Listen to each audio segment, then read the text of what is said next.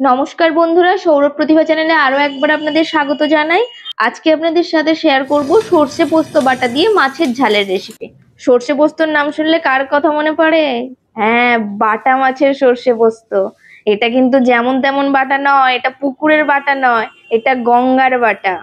এখন আমি মাছগুলোকে ভালো করে ধুয়ে নিয়ে নুন, হলুদ, সর্ষের তেল, সামান্য লঙ্কার গুঁড়ো দিয়ে একদম ভালো করে মাখবো। যত ভালো মাখা হবে তত ভালো মশলাগুলো ভেতরে ঢুকবে। এই মাছগুলোর ভিতরে কিন্তু ডিম ভর্তি আছে। আমি এই জন্য ভালো করে ঠেসে ঠেসে মাছগুলোকে নুন হলুদ মাখিয়ে নেবো চারিদিকটা। এই মাছগুলো কিন্তু নুন হলুদ মাখিয়ে কিছুক্ষণ রেখে দেবেন, তাহলে নুনটা ভালো করে অ্যাবজর্ব হবে, না হলে কিন্তু নুনটা কম অনুভব হতে পারে খাওয়ার সময়। তাই রেখে আধা ঘন্টা রেস্টিং এ রেখে দেবো। এখন কড়াইতে পর্যাপ্ত পরিমাণ তেল দেবো। তেলটাকে একদম হাই ফ্লেমে গরম করে নেব।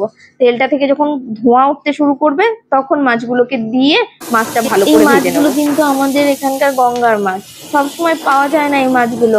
বাবা আজকে একজনের কাছে পেলো, তাই নিয়ে চলে এসছে বাড়ির সবার জন্য। তোমাদের সাথে গল্প করতে করতে মাছের এক পিঠ ভাজা হয়ে গেছে, অন্য পিঠটা উল্টে নেব।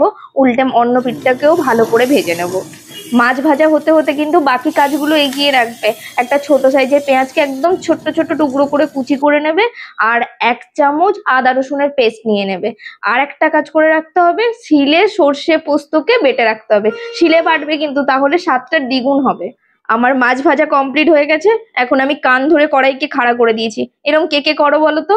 আরে কড়াইটা এতটাই বড়, আমি একটা সুবিধার জন্য এই কড়াইতে কাজ করি। আমার এটাতে মাছও ভাজা হয়ে যায়, তরকারিও হয়ে যায়। কিন্তু কি করব বলো, কড়াইটা এতটাই বড়, এবার পেঁয়াজ ভাজার সময় একটু অসুবিধা হয়। তাই আমি ওকে কি করি, খাড়া করে দিই এইভাবে।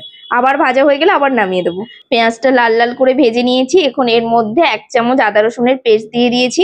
যারা একটু টক খেতে পছন্দ করো, এখানে কিন্তু ছোট ছোট করে টমেটো কুচি করে দিতে পারো। আমার টমেটো ছিল না বাড়িতে, তাই আমি টমেটো কুচিটা দিইনি। যদি দাও কিন্তু ভালোই লাগবে।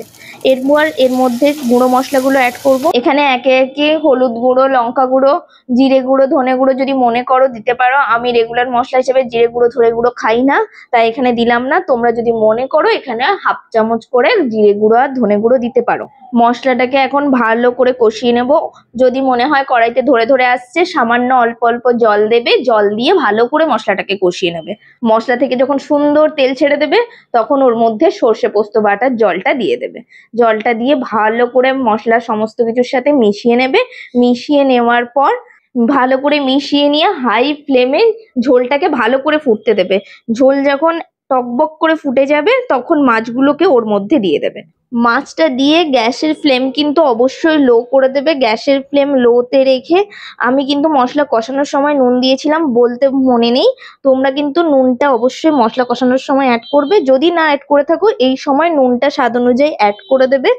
দিয়ে কয়েকটা চেরা কাঁচা লঙ্কা দেবে। কাঁচা লঙ্কা দিয়ে ভালো করে ঢাকনা দিয়ে দেবে। ঢাকনা দিয়ে মিনিট 5-7 একদম লো ফ্লেমে ফুটিয়ে নেবে।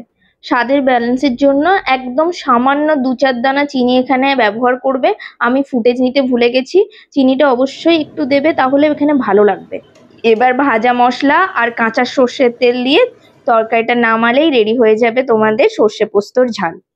ভিডিওটি সম্পূর্ণ দেখার জন্য অসংখ্য ধন্যবাদ। যদি ভালো লেগে থাকে একটা লাইক, শেয়ার এন্ড সাবস্ক্রাইব করে দিও। Like, share, and subscribe.